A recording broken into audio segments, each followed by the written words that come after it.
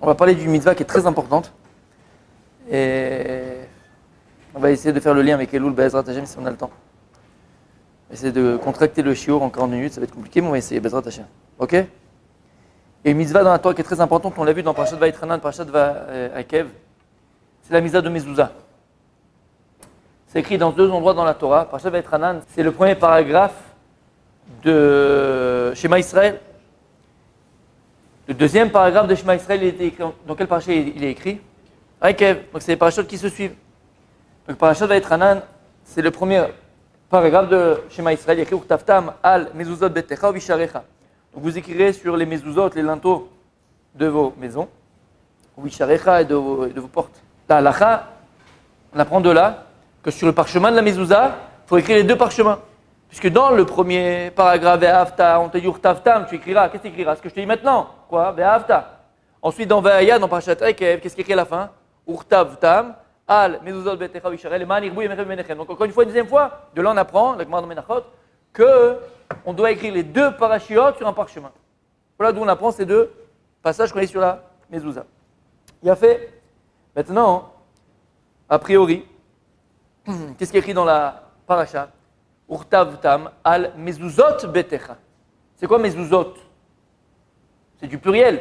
Mezouza, c'est du singulier. Mezuzot, c'est du pluriel. Maintenant, où on met la mezouza? Que d'un côté. Mezuzot, c'est sur les 2 côtés, là, on met les 2 linteaux. Pourquoi on met que d'un côté? Ah. Là, je t'écoute. Fais pas le malin maintenant. Non? Ça dit, fais pas de. T'es quoi, tunisien, toi, marocain, algérien, t'es quoi? Toi, t'es tout en même temps, on sera Louise. Sois clair!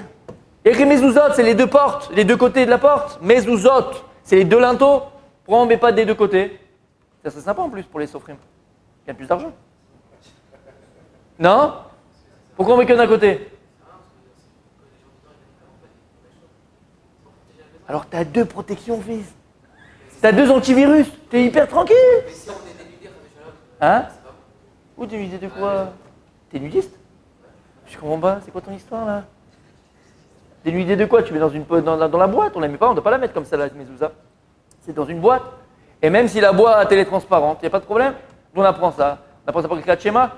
Si maintenant tu es quelque part et il y a une là du mot, il y a une truc de chien par exemple, d'accord? Une halala de chien, pour rester poli. Ok? Si tu mets un gobelet en verre ou n'importe quoi en verre, on le voit, tu peux faire kriyat shema. Parce qu'on le voit, c'est la odeur. Donc là c'est pareil. Si tu la mets la mezouza dans quelque chose qui est protégé, c'est bon, il n'y a pas de problème, c'est fini. T'as compris? Après on dit mezuzot, on met que d'un côté. La Gemara dans Menachot, elle apprend ça de quoi? Lorsqu'Akadosh Hu il a frappé l'Égypte, de la dernière plaie qui était? Il a fait, il en forme. Super. Ouais. Qu'est-ce qu'il y a écrit? Vous mettrez le sang à la mashkof vel shter mezuzot. Vous mettrez le sang sur le mashkof, sur le fronteau, et sur les 2 linteaux. Mais si mezuzot c'est du pluriel, pourquoi dire shter mezuzot? Mezuzot. Sur la Gemara elle dit, à chaque fois que la Torah elle t'écrit mezuzot tout seul, ça veut dire 1. Jusqu'à qu'elle te donne un nom, par exemple shter mezuzot. Et c'est pour ça qu'on met que d'un côté. Ah, maintenant la Gemara dit pourquoi on met du côté droit? Bon, c'est les élections, mais arrêtez, ne dites pas des trucs qu'il ne faut pas dire, d'accord? Pourquoi on met du côté droit? Même la mezouza, elle est à droite. Tu te rends compte? C'est Pélé Plaïm. Bliremez, sans allusion, ok? C'est joli, c'est vrai. C'est pas mal. Pourquoi on met à droite? Qui dit quoi? Pourquoi la mezouza, elle est à droite? La Gemara, elle apprend du pasouk. Urtavtam al mezuzot betecha, al tikra betecha, et la biatra. La façon dont tu rentres, la façon dont tu viens chez toi. Si maintenant tu es en med, d'accord, tu es droit comme ça, debout, et je te dis, bien, quel pied tu fais en premier? Toujours le droit. Toujours le droit. Donc ta façon dont tu rentres chez toi, tu mets la mezouza. De là, tu apprends non seulement une halakha extraordinaire, c'est pas qu'on la met à droite la mezouza, mais en plus, la Torah, elle t'apprend un moussar extraordinaire. C'est qu'avant de rentrer à la maison, tu dois toujours rentrer du pied droit, tzaddik. Parce que c'est là que les problèmes commencent. C'est l'expression en français, tu t'es réveillé du pied gauche. C'est quoi cette expression bizarre? Mais c'est la vérité. C'est-à-dire que c'est une expression qui veut dire que commence les choses de manière positive. Donc d'un bon pied, quand on dit d'un bon pied, c'est quoi le bon pied? C'est le pied droit. Il y a des mariés ici, Nachon. Et il y a des futurs mariés, Bezrat Hashem. Hop, hop, hop, hop, hop, hop. Vous avez du boulot, hein. Ah, ils en peuvent plus, je crois que les... Ah, stop. Ezrat Hashem, elle a prié là. C'est moi, Elul, Ezrat Hashem. C'est un klal, les amis. C'est un klal, Bezrat Hashem dans le couple. Que ce soit pour l'homme ou pour la femme, pour les deux. Comprends une chose, et ce n'est pas le cours d'aujourd'hui, donc on va juste passer, mais juste pour le moussard extraordinaire, c'est qu'un homme, Bezrat Hashem, il doit comprendre. Avant de rentrer à la maison, arrête-toi 2 secondes et dis-toi une chose, que le scénario de ta soirée dépend de la façon où tu vas rentrer chez toi. Peut-être que derrière la porte, ta femme ou ta future femme, elle s'est pomponnée. Elle a dit ce soir, je lui fais un kiff. J'enlève la djellaba, la halouk, le machin, le jogging, je me fais belle pour lui. Elle t'a préparé un petit plat sympathique. Pour une fois, elle va te faire plaisir. Non, pour une fois, elle va être sympathique. D'accord? Et toi, si tu rentres du pied gauche à la maison, c'est quoi du pied gauche?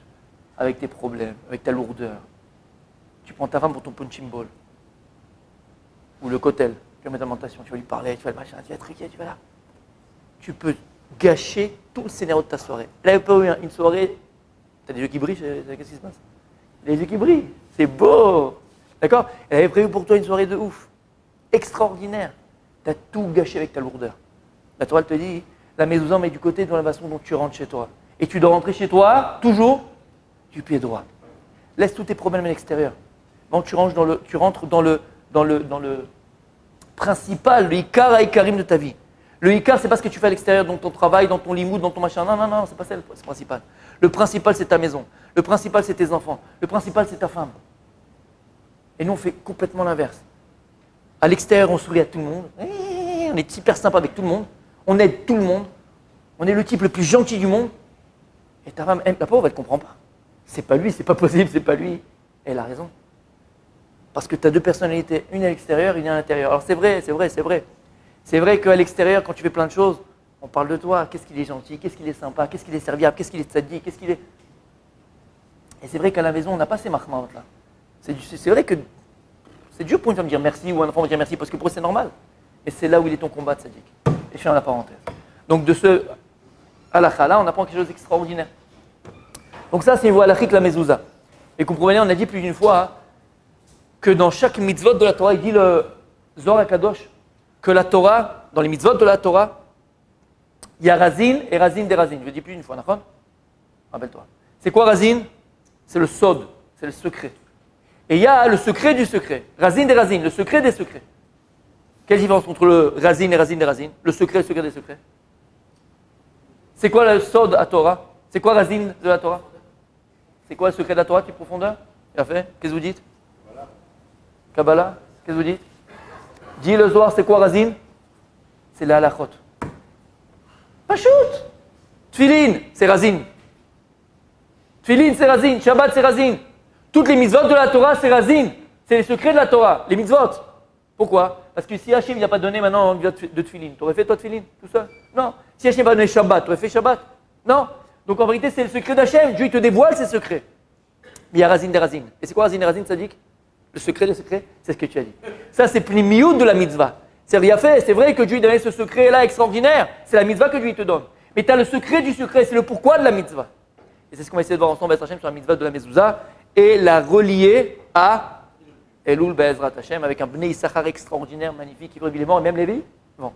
C'est bon, vous êtes là? Magnifique. Pour ça, on va voir ce que dit le Rambam dans Ilchot Mezouza, Perek Vav Alachéoud Gimel. Regardez ce qu'il dit le Rambam. Chayav Adam Leizaher Bimzouza. Il n'y a pas dans beaucoup de mitzvot que le Rambam s'exprime de cette manière-là. Plein d'autres mitzvot. Il ne dit pas c'est Leizaher. Un homme, il doit faire Chayav, il est obligé de faire attention à la mitzvah de Mezouza. Il s'exprime, hein, qu'est-ce qu'il y a de particulier? Écoutez bien. Pourquoi? Mipnei Shei Chovat Akol Tamid. Parce que c'est une mitzvah qui incombe à tout le monde tout le temps. Là, c'est une question personnelle que j'ai sur le Rambam. Je ne sais pas si c'est vrai, mais je pense que oui. Pourquoi il dit que c'est une mitzvah qui incombe à Chovat Akol Tamid? C'est pas Tamid. T'as mis la mezouza, t'as accompli la mitzvah, c'est fini, c'est une fois. Tu n'as pas Tamid tous les matins à décoller, recoller pour faire une mitzvah, c'est fini. Il y a des mitzvahs qu'on appelle Tamid. Par exemple, la plus facile, c'est Tzitzit, mais c'est pas la plus facile. Non, t'es pas là. Ouais, la Brit, qui a dit la Brit Mila? Qui? Quand la Kavod, ça dit bravo, la Brit, elle t'accompagne en général, d'accord? Calme-toi, calme-toi. Calme-toi, d'accord? Donc ça, c'est Tamid. Mais la Misa de Mezouza, c'est Tamid. Bon. On n'a pas assez de temps, Rav Cohen. On n'a pas assez de temps, c'est pas normal. Et à chaque fois que tu rentres et tu sors de la maison, regarde la phrase extraordinaire. Tu vas rencontrer l'unicité du nom de Dieu. Parce que sur la Mezouza, qu'est-ce qu'on a écrit dessus? Shakai, Shin, Dalet, Yud. Et à l'intérieur de la Mezouza, puisqu'il y a les deux parachutes du schéma Israël, il est mentionné 7 fois Yud, Ke, Vav, Ke. Lorsque tu vas passer devant la porte et il y a la Mezouza, tu vas rencontrer qui? Le Ribono Shel Olam. Et alors? Ve'iskor ha'avato ve'yahu mishnato ve'shiyota be'evle azman. Et tu vas te rappeler ce qu'il y a écrit à l'intérieur de la Mezouza. Qu'est-ce qu'il y a écrit à la Mezouza? Ve'ahavta et Hashem Elokecha. Et donc ça va te ramener le souvenir de quoi? T'éveiller à aimer Dieu. Et ça va te réveiller de ton sommeil et des bêtises et des futilités de ce monde. Qu'est-ce qu'on dit dans les slichot? Ben Adam alecha nirdam kumkera. Lève-toi, pourquoi tu dors? Pourquoi tu somnoles? Les slichot et l'oul, c'est toute l'année. Où? Avec la mezouza, tzadik. Lorsque tu passes devant la mezouza, voilà à quoi tu dois penser. Bon, les gars, faites ça une fois dans la journée parce que tu rates ton bus, tu rates ton trabouta, tu rates tout, d'accord? Mais au moins une fois dans la journée, avant de sortir de chez toi, tu penses à ça. 1 minute, 30 secondes, 45 secondes. Je termine. Veyeda. Qu'est-ce qu'il dit? Veyeda. Et que tu saches. She'en davar haomed leolam ou leomé olamim, et là yediat tsura olamim.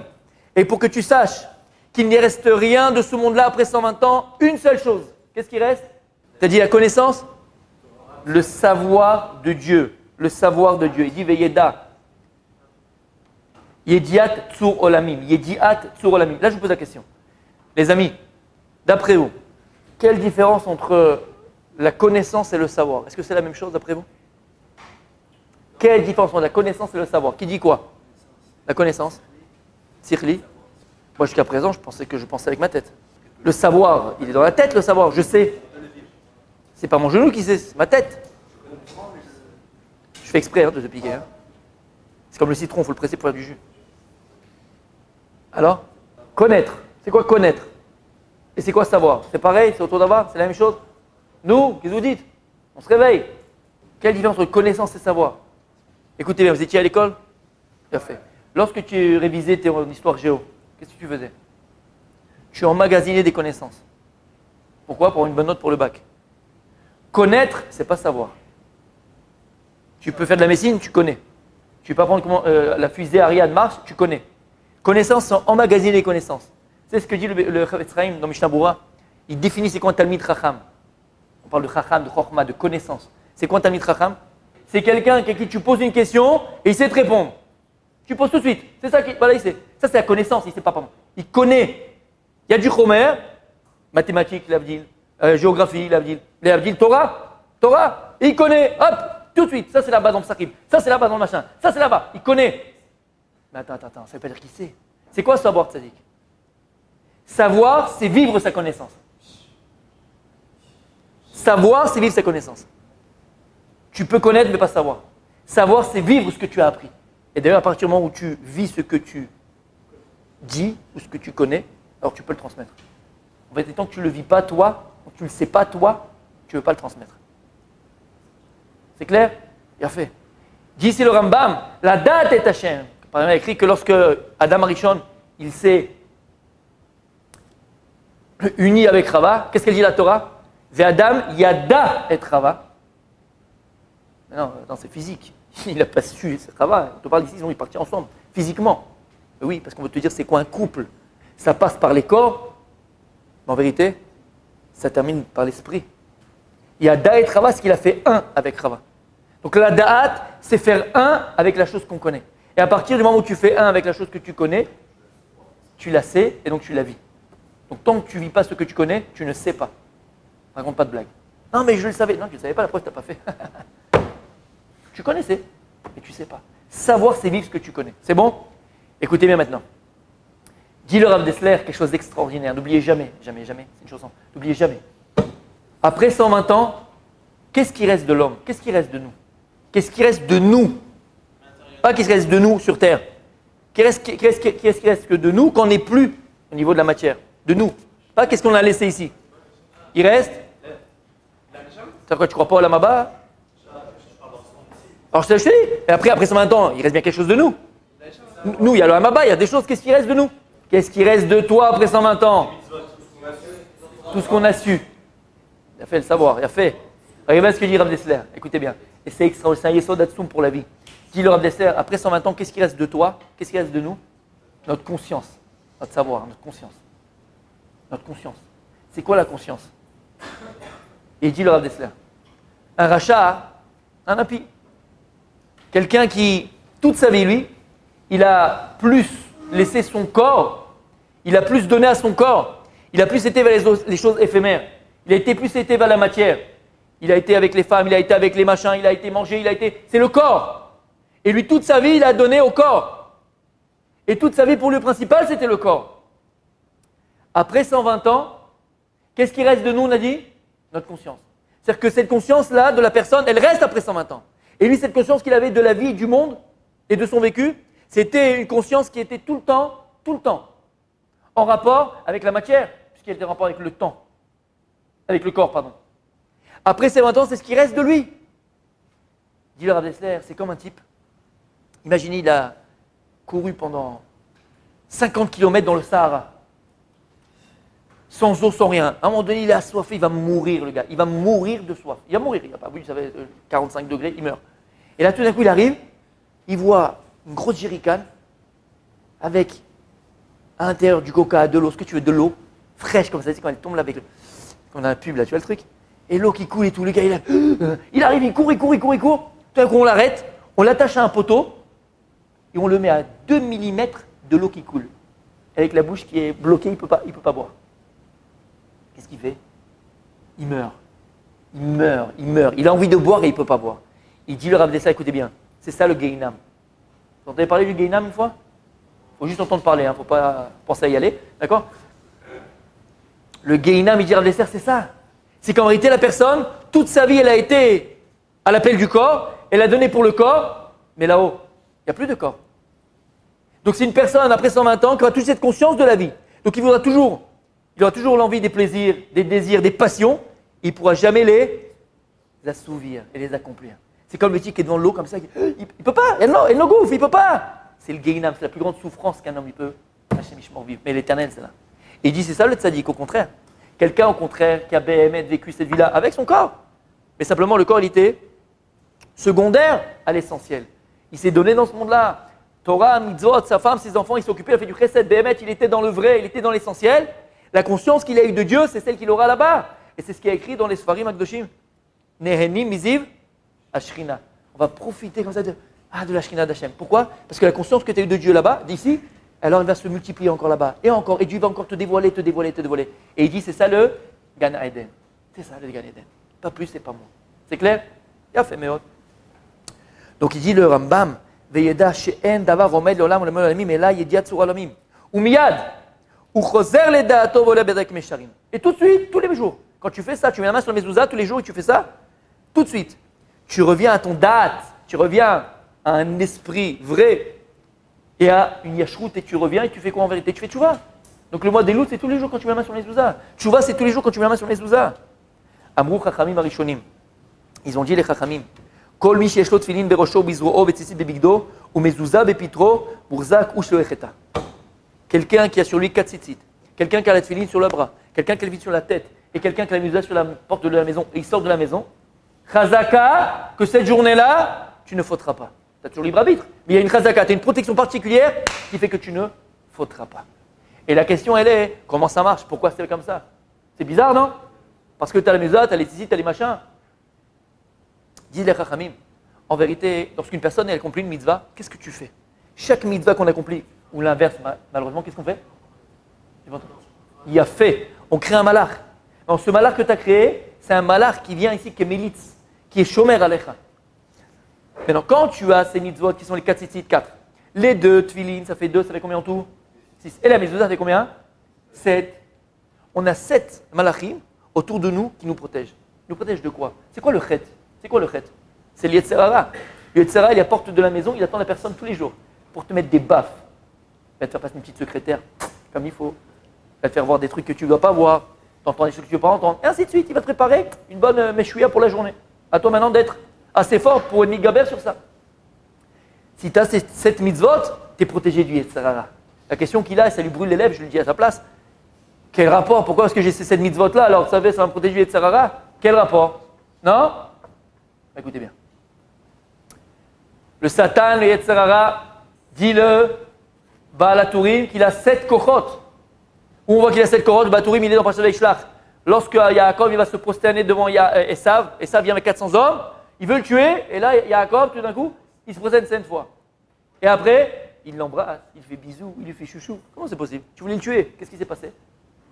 Dit le Baal HaTurim, le Yetzer Hara, la Touma, les forces à Touma, ils ont 7 kochot. Il y a 7 forces de Touma, 7 degrés de Touma.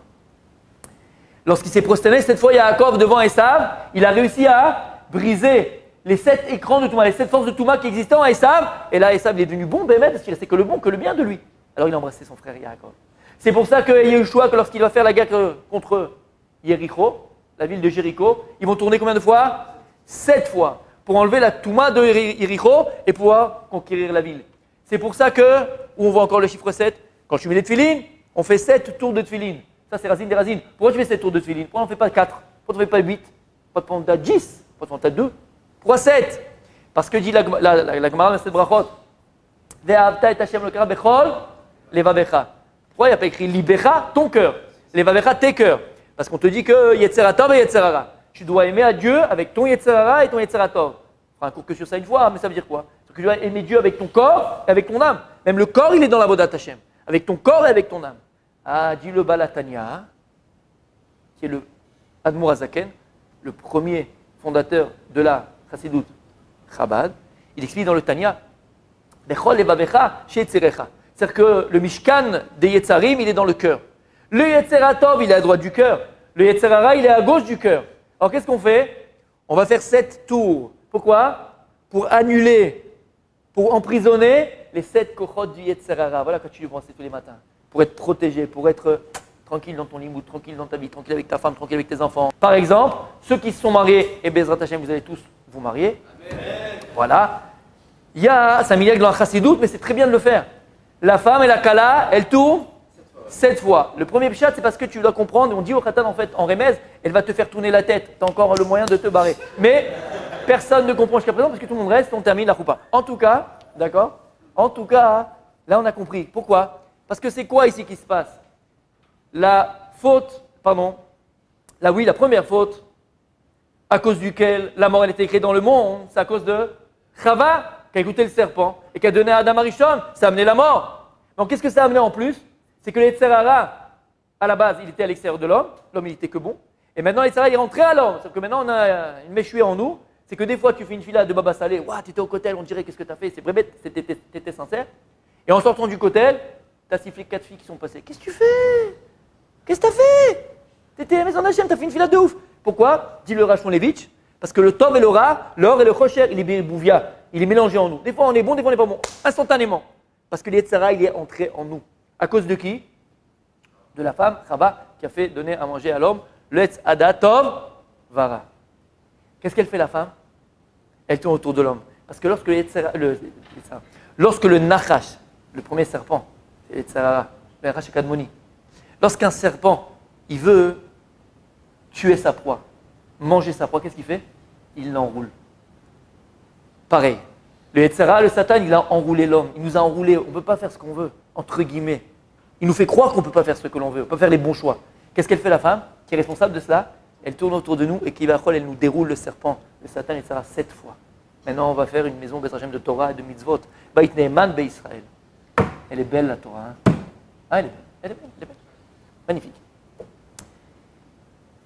C'est pour ça que lorsque l'on sort de la maison, on est habillé des 7 mitzvot. Alors là, automatiquement, on est protégé. On est protégé du Yetzer Hara. Et c'est ce qu'il dit le Rambam. Chazaka shelo echeta. Tu as de fortes chances aujourd'hui de ne pas fauter. Parce que tu as 7 kochot de Gdusha, Malachim, Malachim qui te protègent contre les 7 forces du Yetzer Hara. Yafé meod. Donc les amis, on a quelque chose d'extraordinaire ici. Mizvah de Mezouza, vous voyez ce qu'elle apporte, c'est la Teshuvah. C'est revenir au vrai, revenir à l'essentiel. On est dans les slichot, on est dans Madeloul, on est Bezrat Hashem Rosh Hashanah, on est Yom Kippour. Tous les jours, on a le moyen de se rapprocher d'Hachem. Par tous les mitzvot qu'on a, mais une mitzvah particulière qui s'appelle la mitzvah de Mezouza, qui te fait revenir au vrai, revenir au bien, revenir à la vérité. Maintenant, les amis, écoutez bien. Je vais passer un petit peu parce qu'on n'a vraiment pas le temps, donc je vous le dis, on avance un peu. La mitzvah de Mezouza, elle a deux ségoulottes. La mitzvah de Mezouza, elle a deux choses extraordinaires. La première, c'est connu, ce qu'on dit dans le deuxième paragraphe de Shema Israël Vaya. Qu'est-ce qu'on dit? Urtaftam al mezuzot betecha u bisharecha, lemaan irbu yemechem ve'benechem. Dit le tour dans Yoredea Siman Rafa. Dit Dechol hazeh riba, tout celui qui fait attention à la mezouza, le mitzvah de mezouza, yarichu yama vime banav. Alors on va rallonger sa vie à lui et la vie de ses enfants. D'où tu sais ça? Il leur amène les man irbu yemechem ve'benechem, afin que vos jours soient prolongés sur cette terre-là. Et il continue. Mais si tu ne fais pas attention à la mitzvah de mezouza, je ne dis pas le reste, vous avez compris tout seul. Vous vous rendez compte? C'est pour ça que quand tu vas voir des tzadikim et tout ça, et des fois ça ne va pas à la maison, qu'est-ce qu'on fait? Tout de suite, qu'est-ce qu'il te dit? Il faut vérifier les mezuzot. Comment c'est possible? Pourquoi? La mezouza, c'est la carte mémoire de tout ce qui se passe à la maison. C'est la carte zikaot de tout ce qui se passe à la maison. Et des fois, il y a des gens, mamash. Tu sais qu'il y avait un raf qui vérifiait les mezuzot. Il voyait tout ce qui se passait. Connaissait ton nom, d'où tu viens, comment tu t'appelles, ta grand-mère, ton grand-père, Béchoulé. Ça savait même sans te lui dire, ça c'est la chambre à coucher des parents. Ce qu'il devait voir là-bas. Après, ça c'est l'entrée. Ça c'est le truc des garçons. Ça c'est la chambre des filles. Il voyait tout. Sans lui dire, rien du tout. Tout est écrit dedans. Et des fois on s'est rendu compte. Benechem, il était effacé. Un des enfants, il était malade. Ça, il était comme ça. Pourquoi? Parce que la mezouza, c'est la carte mère de la maison. D'où l'importance, attention. Il y a 2-3 ans, je me rappelle, il y avait eu une grosse magouille. Entre guillemets, il y a beaucoup de personnes qui avaient acheté des mezuzot à Géoula. Et en vérité, ces mezuzot-là, elles étaient complètement psoulotes, c'était écrit en chinois. Donc c'était quand même bizarre. Mais c'était pas cher. Donc faire très attention, les amis. Non, Bémet, c'était une hécatombe. D'accord? Faire très attention. D'acheter des mezuzot chez un Sofer Ereshamaim. Mais le prix, Zekelivan Veu. Il faut embellir les mitzvot. Fais attention à la mitzvah de mezuzot, c'est une mitzvah extraordinaire. Azaïr Ba, faire très attention, dit le Rambam. Regarde ce que ça peut amener. Ça, c'est la première ségoula. Deuxième ségoula, c'est que la mitzvah de mezouza, elle a cette ségoula de quoi? De shmira. Elle protège la maison et les personnes qui s'y trouvent.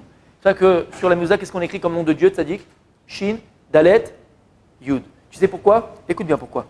Parce que, il est écrit comme ça, dit le Zohar, qu'à la porte de la maison, comme l'a dit Eletzara. Mais Eletzara, il dit il y a un shed. Le Zohar, il dit il y a un shed. C'est quoi un shed? C'est un genoun, c'est un démon. D'accord? Il y a un shed à la porte de la maison. Et ce shed-là, comme Etzara, il est là, il attend chaque personne qui passe, fait un coup de pied, faire un croche-patte, entre guillemets. C'est quoi? Le faire trébucher, le faire tomber, que cette journée va être la journée la plus pourrie que tu vas vivre. C'est un shed. Qu'est-ce qu'on écrit sur la mezouza? Shadai. Shin, Dalet, mais Yud. On rajoute au shed le Yud. C'est Shaka, c'est le nom de Dieu. Si tu mets à la maison Yud, c'est qui? C'est Akadosh Baruch Hu, c'est la Shemut, c'est le 10, c'est Akadosh Baruch Hu, c'est Dieu. Tu mets Akadosh Baruch Hu dans ta maison. Tu mets de la pureté, tu mets de la Torah, tu mets des ondes positives. Alors là, tu crées ton Shaddai. Kadosh Baruch Hu, il apporte la maison, il protège la maison. C'est pour ça que Shin Dalet Yud, dit les Chachamim, le Chidan, entre autres, c'est quoi le Harizal? C'est quoi Shakai, Shaddai?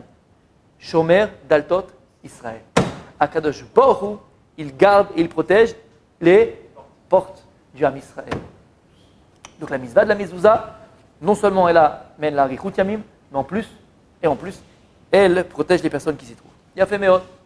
Bon, j'ai fait ça au Bekitsur Nimras, on aurait dû plus voir dans les détails, mais comme on n'a pas assez le temps, je voulais passer à quelque chose d'extraordinaire parce que vous allez vous dire maintenant, quel rapport avec le mois de Elul? D'accord? Quel rapport avec le mois d'Elul? Alors les amis, je vous demande de vous concentrer, les 10 minutes qui restent, mais concentrez-vous. D'accord? C'est nifla, c'est extraordinaire, c'est magnifique, ça fait revivre les morts, comme je dis tout à l'heure, les vivants. Behemet, c'est extraordinaire. Regardez bien. Il y a un livre qui a été écrit par Abraham Avinu, qui est connu, vous pouvez l'acheter. Ça s'appelle Sefer HaYetzira. Dans Sefer HaYetzira, alors c'est quoi ce Sefer-là? C'est le livre qui explique comment Akadosh Baruch Hu a créé le monde.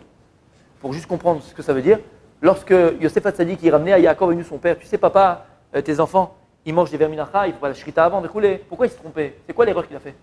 C'est quoi l'erreur de Yosef? C'est qu'en réalité les frères, ils y allaient faire paître le troupeau pendant des mois. Des fois, ils n'avaient pas mangé. Qu'est-ce qu'ils faisaient? Ils avaient Sefer Yetzira. Et à partir du Sefer Yetzira, le livre de la création, ils créaient des animaux. Ils voulaient manger un petit aigel, un petit veau. il se crée un veau. Maintenant, la halakha, c'est écrit dans la halakha Shulchan Aruch. Si maintenant un animal, il n'est pas naturel, c'est par miracle, il n'y a pas tous les halakhot qui s'appliquent à lui. Tu n'as pas besoin de faire ni la shrita, ni machin. Il n'y a plus la halakha dessus. Aucune halakha, parce qu'il est divin, il est surnaturel. Et lui, il ne savait pas ça, qu'il créait, Mamash, il créait des animaux avec Sefer Yetzira. Maintenant, il faut comprendre. C'est-à-dire que si tu as en main les Sefer Yetzira, normalement, tu pourrais créer. On pourrait créer avec les Sefer Yetzira, parce qu'il t'explique comment Dieu il a créé le monde. Écoutez bien. Ça va être hyper compliqué de faire ça en 7 minutes, mais on va essayer de battre un record. Écoutez bien. Sefer Yetzira explique un principe très, très, très important. Très important. Il explique que comment Dieu il a créé le monde. Hachem, il a créé le monde avec 3 axiomes principaux, qui sont Olam, Shana, et Nefesh. J'explique. Olam, c'est l'espace. Shana, c'est le temps. Ce qu'on appelle en physique l'espace, temps. Et le Nefesh, c'est quoi le Nefesh? C'est l'homme. Ça, ce sont les 3 actions principaux de comment Dieu il a créé le monde. Olam, Nefesh et Shana. L'espace, temps et l'homme. Je te donne un exemple très très très simple. Imagine, Sadik, que tu as écrit une pièce de théâtre. Donc maintenant, tu as le scénario. Oh, je te vois bien, ouais. Je te vois bien. D'accord? D'accord? Tu as le scénario. Maintenant, tu as écrit ta pièce de théâtre. Ok? Il faut bien un endroit où la jouer. Ça, c'est le théâtre. Ok? Donc, c'est l'espace où tu vas jouer ta pièce de théâtre. Ensuite, je sais pas, le scénario, il dure 2 heures. Donc, tu vas louer l'endroit, l'espace, l'endroit, pour 2 heures. Ça, c'est Shana, c'est le temps. Mais une fois que tu as l'endroit et que tu l'as loué pour un certain temps, il faut des acteurs. Et ça, c'est le Nefesh, c'est l'homme. Dieu, Kaviachol, il avait pareil. Hachem, il avait la Torah, c'est le scénario. Il faut un endroit où ça va se jouer, c'est quoi? C'est Roi Lamazé. Maintenant, le monde, on sait qu'il a un temps limité.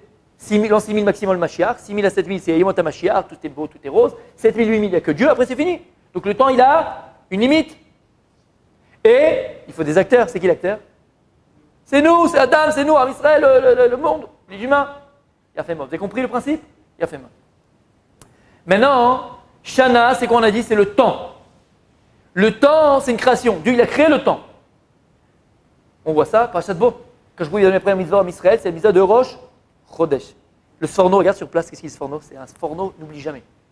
Il dit le Sforno, lorsque Dieu il a donné Rosh Chodesh au Ham Israël, il a donné le pouvoir du temps au Ham Israël. C'est-à-dire que l'Ham Israël est au-dessus du temps.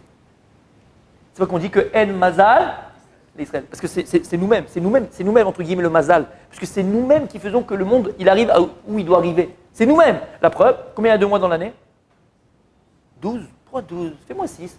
Fais-moi 18. Pourquoi 12? Keneged, Shtem Esrei Shvatim. En parallèle des 12 tribus. Parce que l'homme Israël est sur le temps. Donc il gère le temps. Chaque mois de l'année correspond à une tribu. C'est pour ça d'ailleurs que le mois de Hadar, il est des fois doublé. Parce que le mois de Hadar, c'est Yosef. Et Yosef, il a Ephraïm et Ménaché. Et c'est pour ça que même chez les Goïm, dans l'astrologie, dans les signes astrologiques qui sont vrais, parce qu'à chaque mois, il y a un Shevet, à qui correspond un signe astrologique.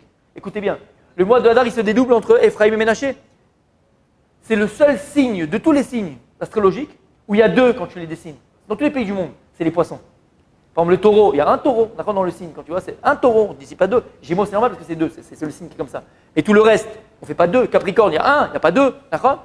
Pourquoi poisson, on fait 2 poissons? Ils ne savent même pas pourquoi les goïms. Parce que le mois de Hadar, qui est aussi Mars chez eux, c'est à peu près comme nous, ouais, il se dédouble chez nous. Hadar Aleph et Hadar Bet, Ephraïm et Ménaché. Et c'est la bracha qu'il a reçu Yosef. Ben Porat Yosef, Ben Porat, allez Aïn. Yosef, c'est comme les poissons, il est en dessous, il n'y a pas la Inara sur lui, comme les poissons. Et c'est pour ça que la bracha qu'il a fait à qui? Ephraïm et Ménaché, c'est quoi? Ve'idgou larov, bekerev haaretz. Ve'idgou. Et que vous soyez aussi nombreux que les poissons. Parce que le signe de ces 2 Shvatim, c'est le poisson de Yosef. T'as compris? C'est magnifique. Écoutez bien maintenant. Écoutez bien maintenant. On a dit à chaque mois de l'année correspond une tribu. Comment on sait quel mois à quelle tribu? Comment on sait? En fonction de comment ils campaient dans le désert. Tu prends Parashat Bamidbar, ce sont les Dgalim. En fonction des Dgalim dans le désert, tout ce que je vous dis là maintenant, je ne l'ai pas dit, il faut le dire, ça amène à Géoula. C'est le Bnei Issachar HaKadosh qui dit ça. C'est extraordinaire, comme ça qu'il explique. Ok? Donc vous savez. Ok. Premier mois de l'année, c'est quoi? Qui dit quoi? Nissan. Keneged Yehuda.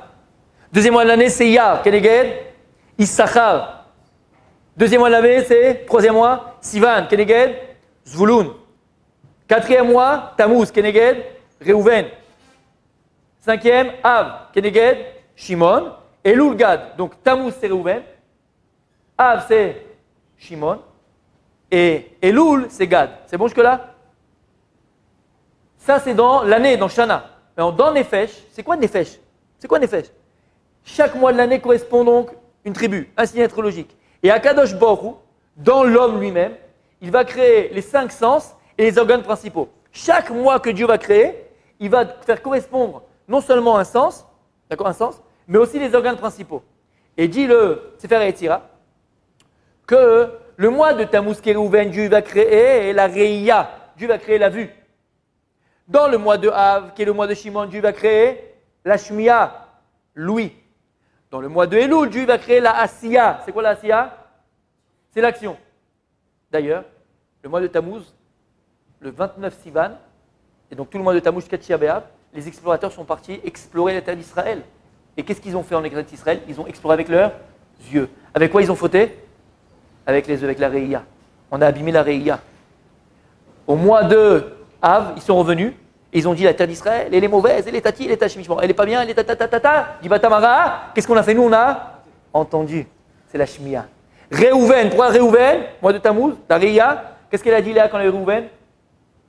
Ra'a Hashem, Dieu il a vu que je suis haï. Ra'a, Réhouven, c'est le mois de Tammuz. Lorsqu'elle a eu Shimon, qu'est-ce qu'elle a dit? Shama Hashem, il a entendu aussi que j'étais haï. Shimon, Shama, c'est le mois de Av. Lorsque tu prends le mois de Tammuz, Réhouven, le mois de Av qui est Shimon, rachetez votre Réhouven, Shimon, c'est quoi? Riche, Resh, Shin. Rash, c'est quoi Rash? C'est un pauvre. Il y a Evion, il y a Ani, il y a Dal et il y a Rash. Parce que c'est les 2 mois les plus pauvres d'Israël, où on a perdu le Beth Amikdash, où il y a 3 semaines, Ben Ametzarim, on a cassé les louchot, tout là. C'est les mois les plus graves d'Israël, les mois les plus tristes d'Israël, les mois les plus pauvres d'Israël. Ils sont Rash. Vous avez compris le principe? Il a fait. Maintenant, toute cette ma'arechet, ce qu'on vient de parler maintenant, dit le Arizal, ça c'est le système que Dieu a créé. Mais il faut déclencher un système. Par exemple, toi, d'accord? Qu'est-ce qui fait que tu respires? Tu es là, tu marches, tu parles, tu fais, tu bouges. Qu'est-ce qu'il fait? Dieu il a créé le corps. Mais après, il faut qu'il marche le corps. C'est la Neshama. C'est Dieu. C'est le souffle divin. C'est-à-dire qu'il faut à chaque fois qu'il y ait Dieu pour qu'une chose existe. S'il n'y a pas Dieu dans la chose ne peut pas exister. Dis le Arizal, comment un Kajou faire que cette ma'arechet qui s'appelle Olam Nefesh et Shana va être déclenché, va marcher? Écoutez bien. Comment on appelle le Dieu Ba'olam Azeh? Quand tu fais ta tfila, tu dis Baruch Ata Hashem Magen Abraham. Comment tu dis Baruch Ata Hashem Magen Abraham? Comment tu dis? Baruch Ata Adonai. On ne dit pas Yud Kevavke. Comment il est écrit comment il est écrit dans le Sédou? Yud Kevavke. On ne le lit pas comme il est écrit. Comment tu le dis? Baruch Ata Ado Shem. D'accord? Donc c'est le Shem Adonut de Dieu. On ne le prononce pas comme il est écrit. D'accord? Quand tu dis Hashem Elech le matin, quand tu dis Hashem Elech, Hashem Alach, on le dit dans les slichot. Comment vous dites Hashem Elech, Hashem Alach, Hashem Imloch Lamael? Comment il est écrit Hashem Elech, Hashem Alach? Il n'y a pas écrit ici. Hein? Yud Kevavke. Pourquoi tu ne le lis pas comme c'est écrit? On ne peut pas le dire. Pourquoi? Parce que c'est le nom, mais fourrage de Dieu. Et comme Adam Rishon l'a fauté, le monde n'est pas assez pur pour qu'on puisse dire le nom de Dieu. D'accord? Comment on le prononce le nom de Dieu sur terre? Ado Shem. D'accord? Adon Akol, c'est le maître du monde. Dis le Harizal, qu'est-ce qui va alors déclencher ce système qui s'appelle Olam, Nefesh et Shana? C'est le nom de Dieu. Pourquoi? Lorsque tu écris le nom de Dieu, on termine Bezrat Hashem dans 3 secondes, 3 minutes. Écoutez bien. Quand tu écris le nom de Dieu, Tzadik, Ado Shem, donc tu as le Aleph, tu as le Dalet, tu as le Nun et tu as le Yud. Tu le vois? Tu l'as maintenant dans ta tête? Vous l'avez tous dans la tête? Ok. Dis le Harizal, tu écris la lettre Aleph. Comment tu écris Aleph? Aleph, Lamed, P. C'est bon ou pas? Après, il y a Dalet. Dalet, comment tu écris Dalet? Dalet, Lamed, Tav. Après, tu as Yud, tu as Nun. Nun, Vav, Nun. Et après, tu as Yud. Yud, Vav, Dalet. Donc, si j'écris les lettres, je les écris. Combien de lettres en tout j'ai? 12. Puisque j'ai 4 lettres avec 3. 12. Dis, ces lettres du nom divin que j'ai maintenant en main. Chaque lettre va correspondre à un mois. Et c'est elle qui va déclencher, donner vie à ce mois-là. Donc le Aleph de Aleph, Lamed, P qu'on a dit, c'est le Nissan. Lamed, c'est Iyar. P, c'est Sivan. Ensuite, on a Dalet, c'est Dalet, Lamed, Tav. Dalet, c'est Tammuz. Lamed, c'est Av. Et Tav, c'est Elul. Alors c'est quoi Tammuz et Av? Dalet, Lamed, ça fait quoi? Dal, encore pauvre. Parce que c'est les mois les plus pauvres d'Israël. Maintenant, quand on vient dans les Sichot, qu'est-ce qu'on dit? Qu'est-ce qu'on dit? Kedalim ou Kerashim dafaknu de la techa. Quoi Kedalim ou Kerashim? Parce qu'on vient de 2 mois qui sont pauvres d'Israël, où on a péché, on était à Natania à faire le.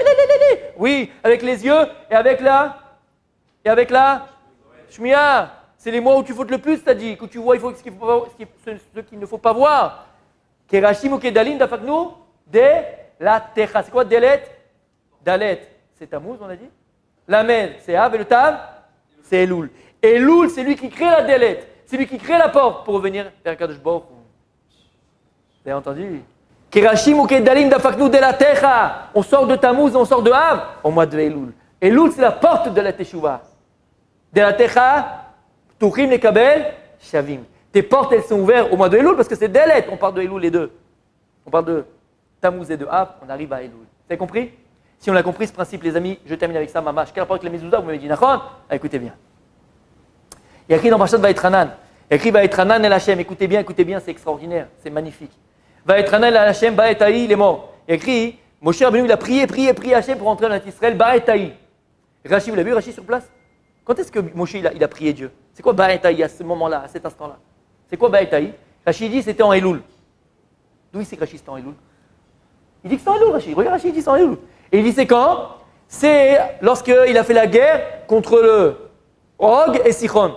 Og Melech Haïmori, Og Melech Habashan, Sichon Melech Haïmori. C'est deux rois qui étaient à la porte d'Eretz Israël.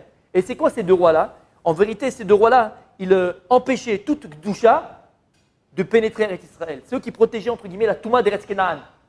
Et les 31 rois qui étaient là-bas, ils n'avaient pas peur. Personne ne pouvait venir. Le roi Israël ne pouvait pas venir, ne peut pas entrer. C'était deux bodyguards. Mitzada Klipot, Mitzada Touma. C'est clair? Alors d'où il sait Rachid que c'était en Elul qu'il a prié? Aet. C'est quoi Aet? Aïn, Tav. On a dit que dans le Nefesh, qu'est-ce que Dieu a créé dans le Nefesh au mois de Elul? La Asiya. Asiya, c'est Aïn. Asiya. Et c'est quoi la lettre que Dieu il a donnée au mois de Elul? Des lettres, c'est le Tav. C'est Aet. Voilà d'où il sait que c'est le mois de Elul. Parce que les deux, c'est quoi? C'est la Asiya du mois de Elul et c'est le Tav avec lequel Dieu il a créé le mois de Elul. Il a fait Meod. Alors écoutez bien maintenant. On a dit qu'il y avait deux rois qui étaient à la porte d'Eretz Israël, Og et Sichon. Dis le Bnei Issachar. Lorsque tu prends maintenant Sichon, Gematria 134. Og, Gematria 79. Ça fait en tout 213. Alors je l'ai amené ici. Écoutez bien. Mezouza. Ici, c'est les parachutes qu'on a dit, d'accord? Ici, je ne sais pas si vous le voyez tous, c'est Shaddai, d'accord? Le nom de Dieu. Et en haut, vous voyez en haut là, quelque chose là écrit là? Vous voyez un truc? Attention, quand tu achètes une mezouza, il faut qu'il y ait écrit en haut là, c'est ça ce qui est écrit, c'est à l'envers, c'est écrit à l'envers dans la mezouza. En vérité, c'est quoi? Regardez, c'est de l'hébreu, c'est pas du chinois. Regardez, vous voyez en haut là ce qui est écrit là? Il y a écrit, je vous le dis, il y a un kaf, bizarre, il y a un vav, il y a un zayin, il y a un vav, il y a un bet, il y a un mem, il y a un vav, il y a un kaf, il y a un samer, il y a un zayin, il y a un kaf encore, le même que le début, il y a un vav, il y a un zayin, il y a un vav. Donc ça fait Kuzo, Bekumsaz, Kuzo. Ils ont pété un câble, sauf qu'est-ce qu'ils voulaient là? C'est un code. Et là, dit le Bnei Issachar, cette phrase, quoi, ces lettres que l'on écrit, c'est un des Shemot Hashem, c'est un des noms kadosh de Dieu. Quand tu prends les Gematria de toutes ces lettres, 213. Pourquoi? Parce que Og et Sichon, c'est le symbole de la Touma, c'est le symbole, Yetzara, c'est le symbole de ce qui garde la Touma et qu'empêche la Gdusha de pénétrer. On met le nom divin 213 parce que Og, c'est comme le chèque qui est à la porte de la maison, qui veut mettre toute la Touma à la maison. Alors on met dessus pour amoindrir, pour annuler ces forces de Touma. On met ce nom de Dieu qui va amoindrir, qui va annuler ces forces de Og et de Sichon. Combien de Shvatim sont restés à l'extérieur d'Eretz Israël? Jusqu'à présent, moi je dis ces 2 Shvatim et demi là, franchement, c'était des zéros.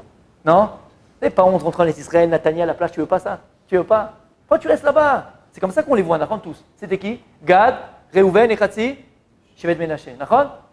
Jusqu'à présent, je dis ceux-là, ils n'ont pas fait ce qu'il fallait. Mais dans la Torah, on voit à peu près que ce n'était pas bien ce qu'ils ont fait. Et est-ce qu'il est Bnei Issachar?